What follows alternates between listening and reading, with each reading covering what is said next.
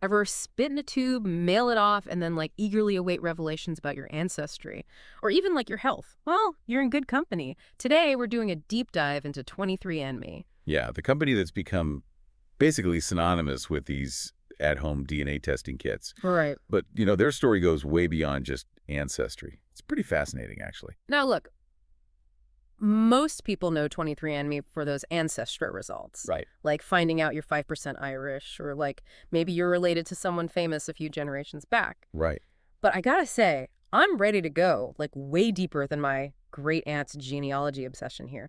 What makes 23andMe's story so remarkable? I mean, they didn't just kind of write a trend, right? No, they really pioneered it. Yeah. So 23andMe, they were founded in 2006, and they were the first to use autosomal DNA testing for ancestry. So imagine like looking at a wider range of your DNA than previous methods allowed. Oh, yeah. That's what they cracked. And, that became the gold standard like across the entire industry. So they were disruptors from day one. I remember all the buzz, like back in 2008 when Time magazine named their test kit like invention of the year. Huge. People were fascinated.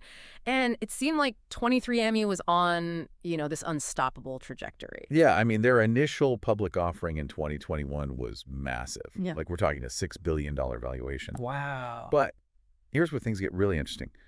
By 2024, that valuation had like completely plummeted to just 2% of its peak. Okay, that's not just a dip. That is a free fall. Yeah. What caused such a drastic decline? Was this like purely market forces at work, or were there other factors maybe in play here? It's a complicated picture, actually. So remember how 23andMe expanded, right? Yeah. They moved into providing health-related genetic insights.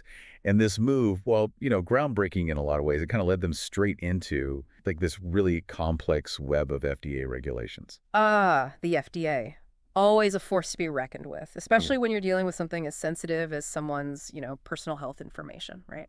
Yeah, exactly. Yeah. And the FDA had concerns. And over the years, they voiced those concerns, especially about the possibility of people misinterpreting their results without having, the guidance of like an actual healthcare professional. Right. So imagine you get this like really complex genetic information, but without the right context, without maybe some counseling. I mean, it could lead to like unnecessary anxiety, even potentially like misguided medical decisions. Right, yeah, that makes sense. So how did 23andMe navigate these like choppy regulatory waters? Did they have to make changes to comply with the FDA's concerns? Oh, absolutely. In 2013, the FDA basically told them to hit pause on providing these health-related genetic tests in the U.S. Yeah. because they hadn't received, the proper green light. Right. They were still allowed to offer like ancestry information and raw genetic data, but that health component Yeah. benched, at least for a while. That had to be a major setback, especially after such a like meteoric rise. It was. But 23andMe, they're nothing if not persistent.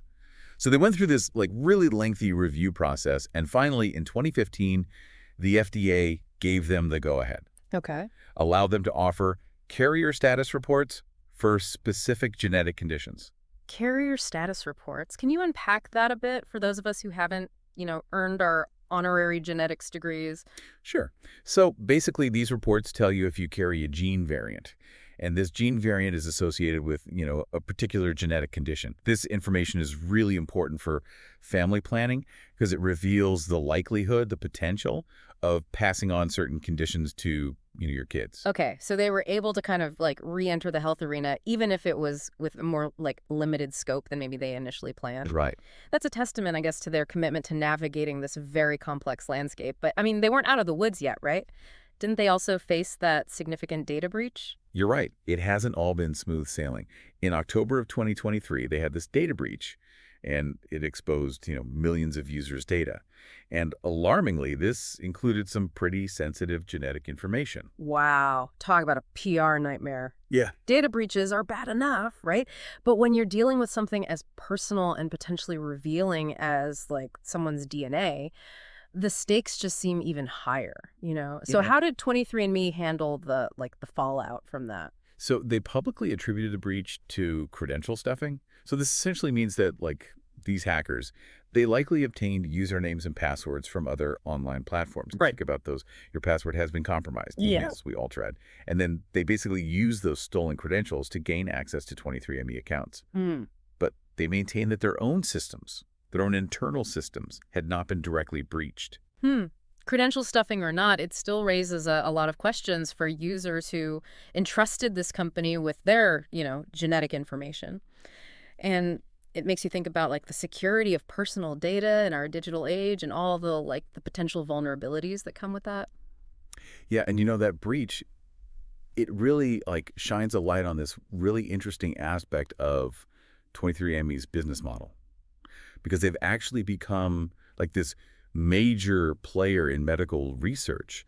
And they do that by leveraging this massive database that we've been talking about. That's fascinating. So we've been talking about like the consumer side, right? Like you use 23andMe to uncover your ancestry, maybe get those health reports we talked about, but they're also like deeply involved in research. It's like Right. we've gone from who are my ancestors to my DNA is contributing to like scientific breakthroughs. Exactly. And it's been a part of their their DNA, so to speak, from the very beginning. Right. Remember those millions of users we mentioned? Well, over 80% of them have opted in to participate in research studies. That's a crazy rich data set for scientists. Wow. I had no idea so many people were open to like their genetic information being used for research. I mean, it definitely speaks to the trust that people place in the company, but it also, it raises questions about the responsibility that comes with managing such a vast and honestly sensitive collection of data. But I'm curious, what kind of research are we talking about here specifically? So their own scientists are conducting these studies on a really wide range of inherited disorders. And they're trying to find genetic clues and potential therapeutic targets. But it goes beyond that, because they also sell access to this anonymized aggregated data to pharmaceutical and biotechnology companies, Yeah. always with the consent of the users, of course. So it's like a mutually beneficial situation. Customers get insights into their own genetic makeup, and then that same data, when combined with, millions of others, it has this potential to fuel like groundbreaking medical discoveries. In theory, yeah. I mean, it's a really powerful example of how big data can revolutionize healthcare. However, and this is crucial, it brings us right back to those ethical considerations that, we keep circling around. Right. How do we actually ensure data privacy? Right. How much control should people have over their own genetic information, especially once it becomes, part of a larger pool, even if it's anonymized? Yeah. These are questions that society is, we're still grappling with this. Right. These ethical concerns are they're like threads woven throughout this entire narrative, aren't they? Yeah. It's this constant balancing act between progress and responsibility. But for now, let's talk about tangible outcomes. Have there been any notable discoveries or breakthroughs using 23andMe's data? Absolutely. One really striking example. Back in 2010, they were able to validate earlier research that was done by the National Institutes of Health. And by analyzing their database, they confirmed that certain mutations in this specific gene, it's called LRRK2, are linked to an increased risk of Parkinson's disease. Wow. So they're helping to solidify our understanding of these really complex conditions like Parkinson's. That's huge. It really highlights the potential of this kind of large-scale genetic analysis. What else have they been working on? A lot of their research is focused on these multifactorial conditions, so the ones with both genetic and environmental influences. Okay. And they've made, significant strides in studying inflammatory bowel diseases, things like Crohn's disease and ulcerative colitis. And they've even established research partnerships with major pharmaceutical companies like Pfizer to explore the genetic underpinnings of these conditions and, potentially develop more targeted therapies. It's incredible to think that a company that started with, these at-home DNA kits is now collaborating with pharmaceutical giants. Right. I mean, they're standing on the cutting edge of using genetic data to potentially revolutionize how we diagnose, how we treat, and even how we prevent diseases. And they didn't stop at just collaborations. Yeah. In 2015, 23andMe took this really bold step. They decided to dive headfirst into drug development themselves. Whoa, wait a minute. So they went from mailing out DNA kits to developing their own drugs. Yeah. That's a massive leap. What prompted such an ambitious undertaking? It was natural progression, really, because they had this this treasure trove of genetic information, right? Yeah. And they recognized that it had this potential to really transform medicine, but from within. Wow. And their primary focus, What's that? you guessed it, Parkinson's disease. Oh, well. They're using their data, especially the data from those individuals who have, opted into research, to search for these rare genetic variations that might help them develop new, more effective treatments. So not only are they collaborating with other companies, but they're also directly involved in the race to develop breakthrough therapies? Yeah. It makes you wonder, like, what's next on the horizon for 23andMe? What other, like, audacious goals are they setting for themselves? It's a good question, isn't it? I mean, they've shown us that they're not afraid to, like, really push boundaries. And I think it's safe to say 23andMe is playing the long game here. Yeah. They're not just interested in, like ancestry reports or even individual genetic health risks. They're building something much bigger. Intriguing. What would you say they're building towards? They're building this like massive interconnected web of genetic information.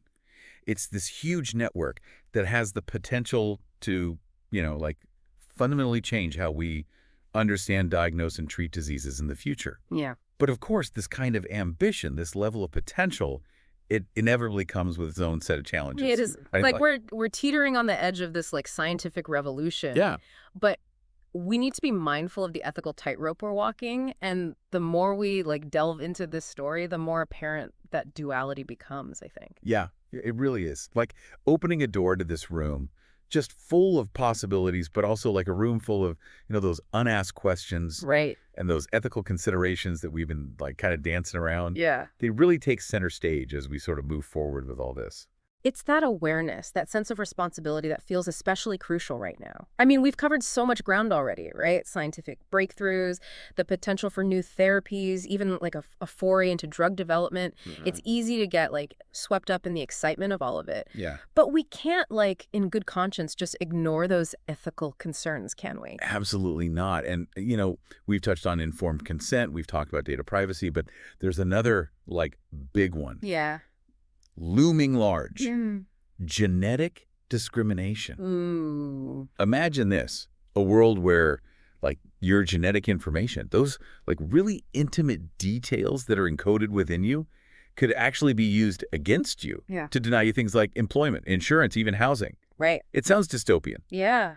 but it's a very valid concern that we really need to like address head on. It's like a science fiction movie, like coming to life. And not necessarily in a good way. Right. Are there like any safeguards in place to actually prevent this kind of discrimination from happening? There are some. Yeah. So in the U.S., we have the Genetic Information Non-Discrimination Act, GINA, and it offers some protection.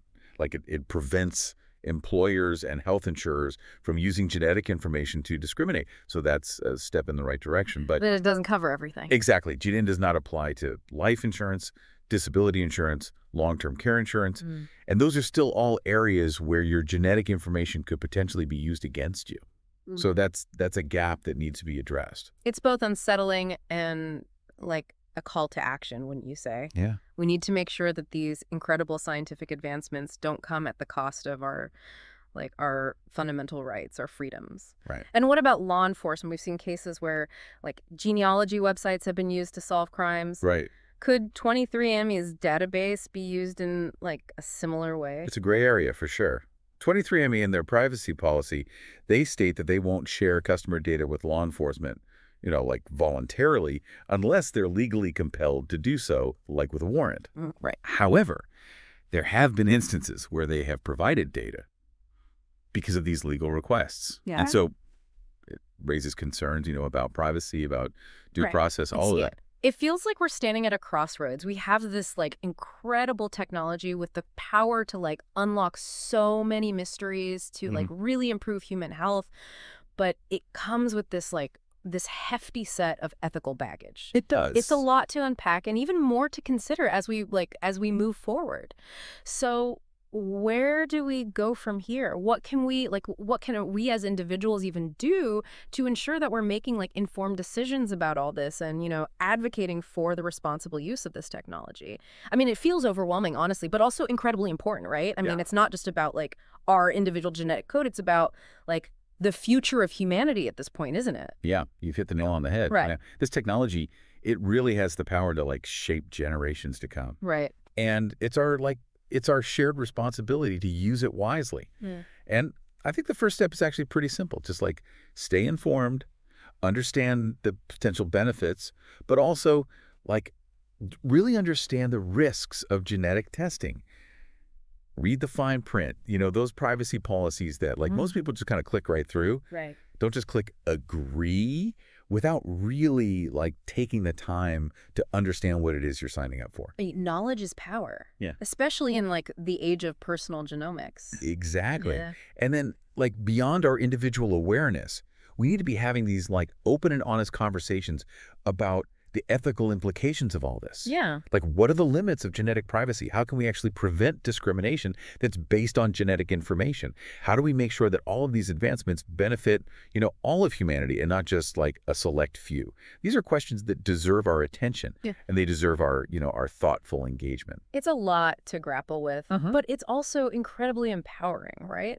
I mean, we're not just like passive bystanders in this like unfolding narrative. We have a voice and we have a responsibility to help shape the future of personal genomics. You do. This has been an incredible journey, this like deep dive into 23andMe, from like revolutionizing ancestry testing to, now venturing into like drug development. They've definitely left their mark on the world. But it's clear that their story, and honestly the story of our genes, is it's far from over. It's a story that's constantly evolving. There are new chapters being written every day. And as our understanding of genetics continues to grow, so too will the complexities surrounding, our own personal genetic data. The benefits, yeah, but also that weight of responsibility, right, Yeah. that comes with it. It's a story that belongs to all of us. And on that note, we'll wrap up our deep dive into 23andMe.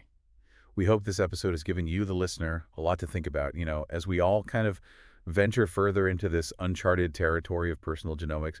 Until next time, keep those brains buzzing and keep those questions coming.